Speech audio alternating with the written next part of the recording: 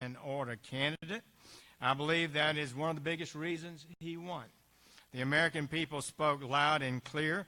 They want to restore the rule of law, and they want to be safe.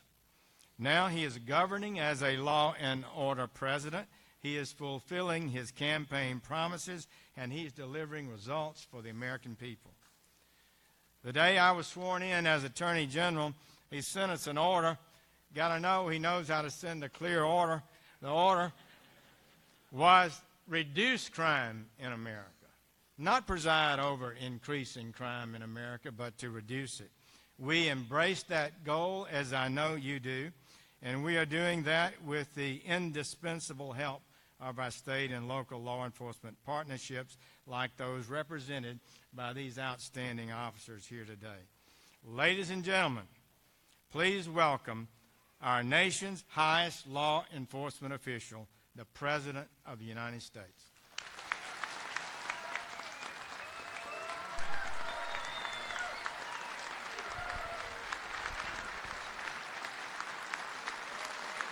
Thank you. Wow.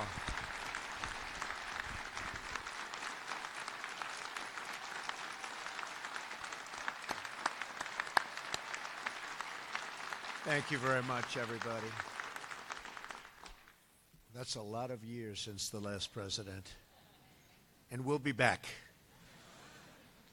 And thank you to Attorney General Sessions. Thank you, Director Wray, Assistant Director Resch, for hosting me here at the FBI National Academy to address our wonderful local police and sheriffs from all over America. Very special honor. And it's an honor to stand here today with the incredible men and women of law enforcement. Thank you.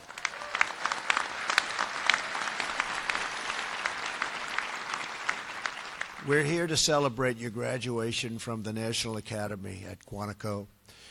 For over 80 years, this rigorous and world-renowned program has trained America's most dedicated local law enforcement officers from all across the country, so respected. Let me begin by saying to each member of the graduating class, congratulations. You left home for 11 weeks to enroll in this program because you love your jobs, you love your communities, and you love your country.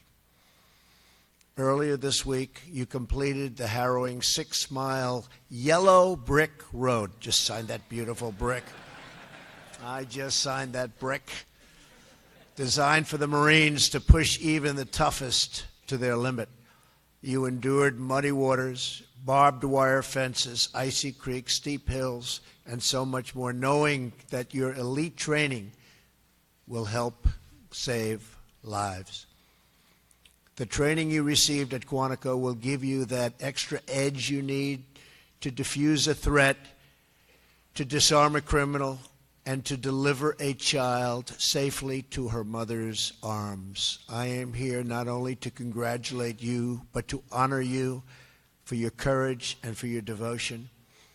And I want you to know that with me as your president, America's police will have a true friend and loyal champion in the White House, more loyal than anyone else can be.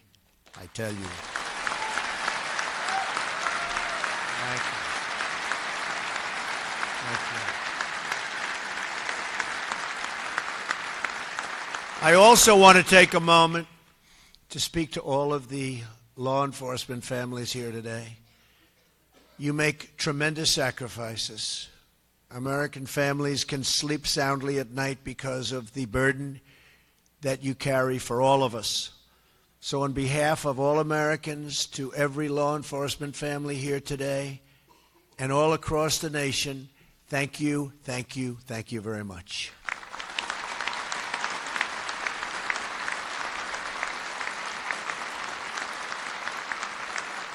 And you do that under the most difficult conditions.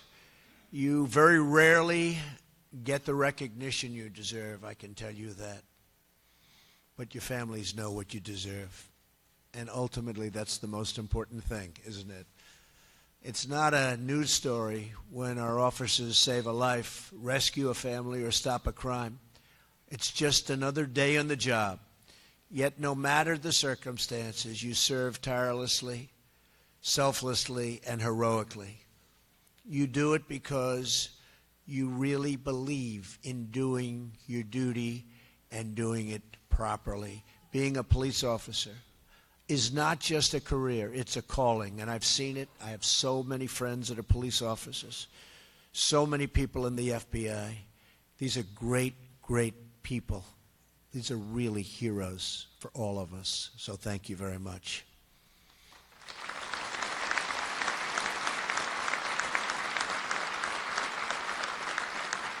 And as we as a country must do a better job showing our police officers the respect and gratitude that you have earned, and we will do that. So when you return home to your local precincts, I want you to deliver a message to your fellow officers. The President of the United States has your back 100%.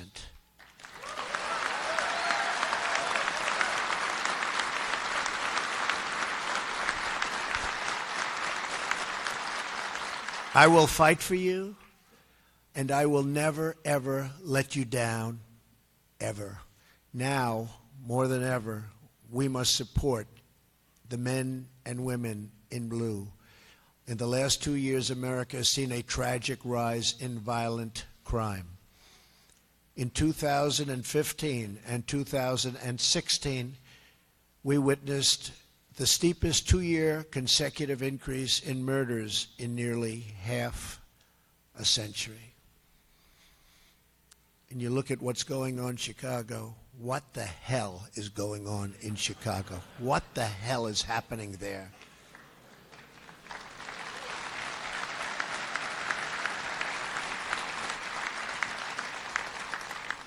For the second year in a row, a person was shot in Chicago every 3 hours. You don't think these people in this room can stop that? They'd stop that. They'd stop it. And just north of our nation's capital in Baltimore, on average, someone was murdered nearly every day of this year. Police departments are overstretched, they're underfunded, and they're totally underappreciated, except by me.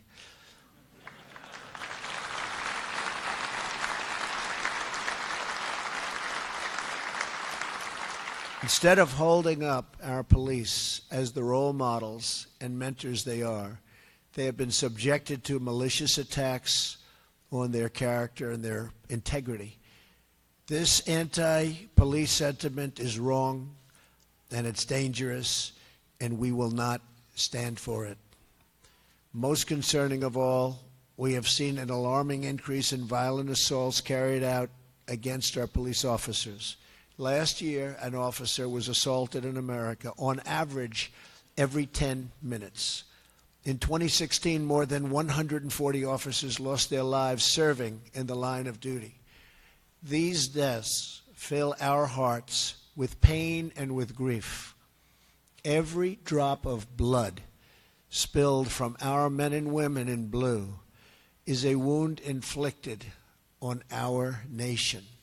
And when a brother or sister in uniform is hurt, on that day, all of America bleeds blue. I want to send a message today to those who threaten violence against our police. We will protect those who protect us. And we believe criminals who kill police officers should get the death penalty.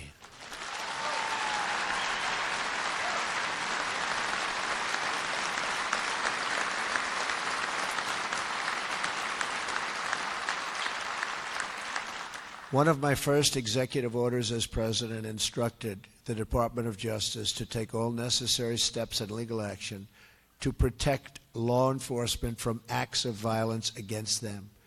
The Department of Justice has also announced more than $98 million in grant funding to help your local police departments hire desperately needed new officers. Also, just as I promised, we are allowing our local police to access surplus military equipment, something the previous administration, for some reason, refused to do. Explain that one. Explain it to me, please. Never understood that one. Somebody out there can explain. Anybody want to stand up and explain it? That'd be tough.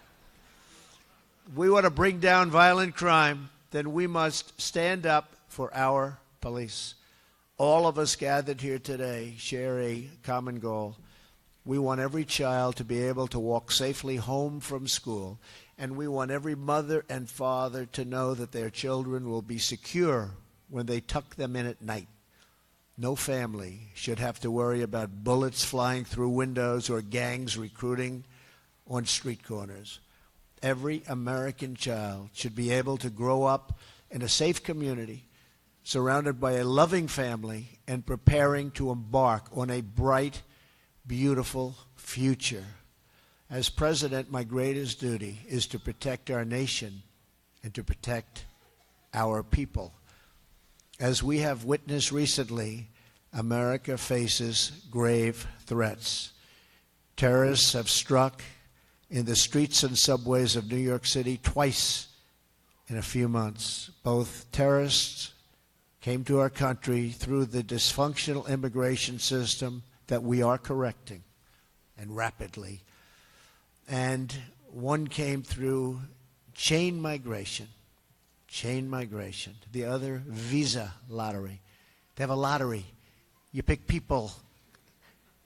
Do you think the country's given us their best people? No. What kind of a system is that? They come in by a lottery. They give us their worst people. They put them in a bin. But in his hand, when he's picking them, is really the worst of the worst. Congratulations, you're going to the United States. Okay. What a system, lottery system. We're calling for Congress to end chain migration and to end the visa lottery system and replace it with a merit-based system of immigration.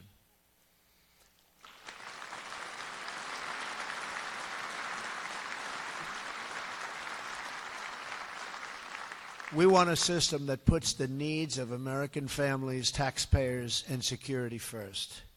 That is why I have also directed the federal government, law enforcement, to work closely with our state and local police to destroy criminal cartels like the savages of MS-13.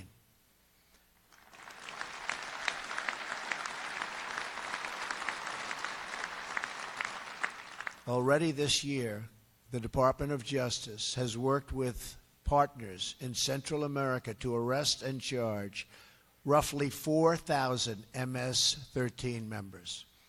And the Department of Homeland Security has arrested nearly 800 MS-13 gang members and associates, an 83% increase from the previous year, and we're much higher this year than we were last year, and we'll get rid of them completely very soon, right? Right? They're working hard. Earlier this year, ICE officers conducted the largest crackdown on criminal gangs in the history of our country. In just 6 weeks, ICE, these are great people too, great people, and the Border Patrol agents, great people, and our law enforcement partners arrested nearly 1,400 suspects and seized more than 200 illegal firearms and nearly 600 rounds of narcotics and over 600 pounds. That's a lot of stuff. Recently, prosecutions of criminal firearm possessions were up 23%.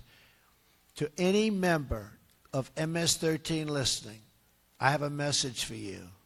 We will find you, we will arrest you, we will jail you, we will throw you the hell out of the country. I mean, somehow I like it better than jail. Jail, we have to take care of them. Who the hell wants to take care of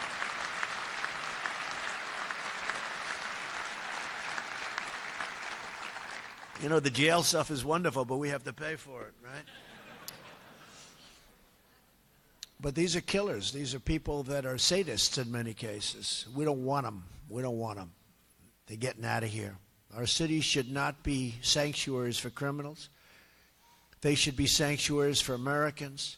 It is our duty to serve the hardworking citizens of our country who raise our families, cherish our values, salute our flag, and make this land our home.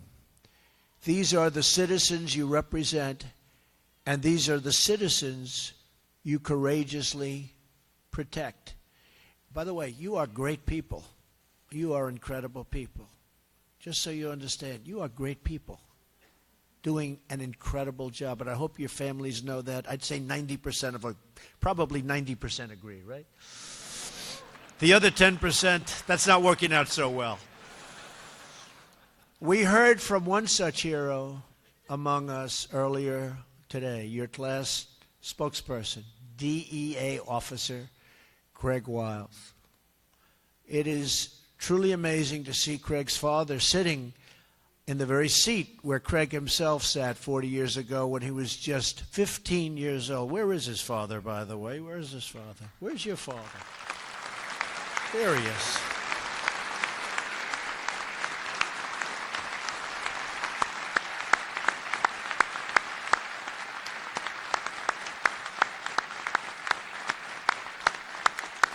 He's better looking than you, by the way. It's a great story, though. It's fantastic. Thank you for being here. That's really nice. You're proud of your son, right? Good. So am I.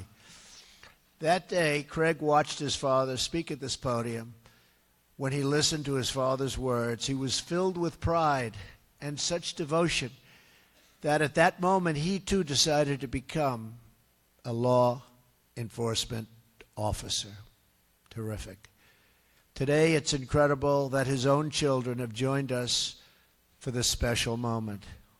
His daughter, Ashley, is carrying on the legacy of her father and grandfather. She now serves in law enforcement at the FBI. His son, Austin, is in college, and no matter what he chooses to do, I think we can confidently, and we really can, with great confidence, say that he will always be better because of his father's lifelong example of selflessness and courage and of love. So thank you, Craig, and your family. It's a terrific story and really is a great honor to be with you. Thank you very much.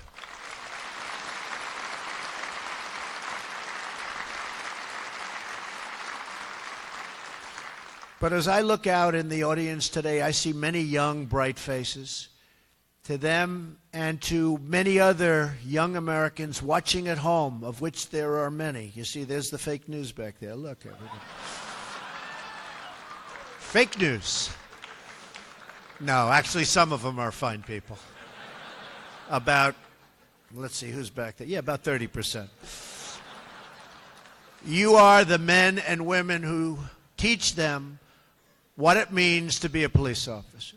You are always there for us, the men and women in blue, in the dark of night, in the rush of danger.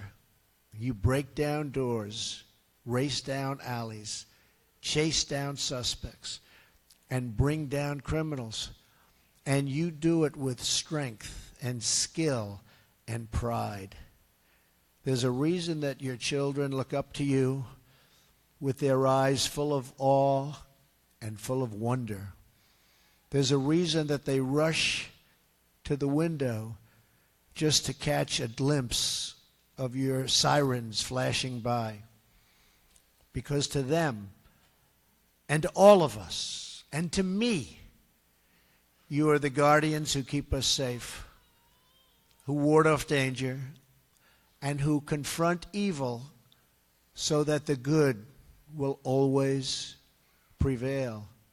You represent the best of America, and you leave us with a debt we can never hope to repay. Today we honor you. We thank you. And we know that by your example, some of the children here today and watching at home will be inspired to fill your shoes to continue your service, to follow in your footsteps, and to take the oath to carry the badge, to wear the shield, and to join the ranks of heroes. Thank you to our police. Thank you to our sheriffs. Thank you to the FBI. And thank you to our law enforcement families. God bless you all. Thank you very much.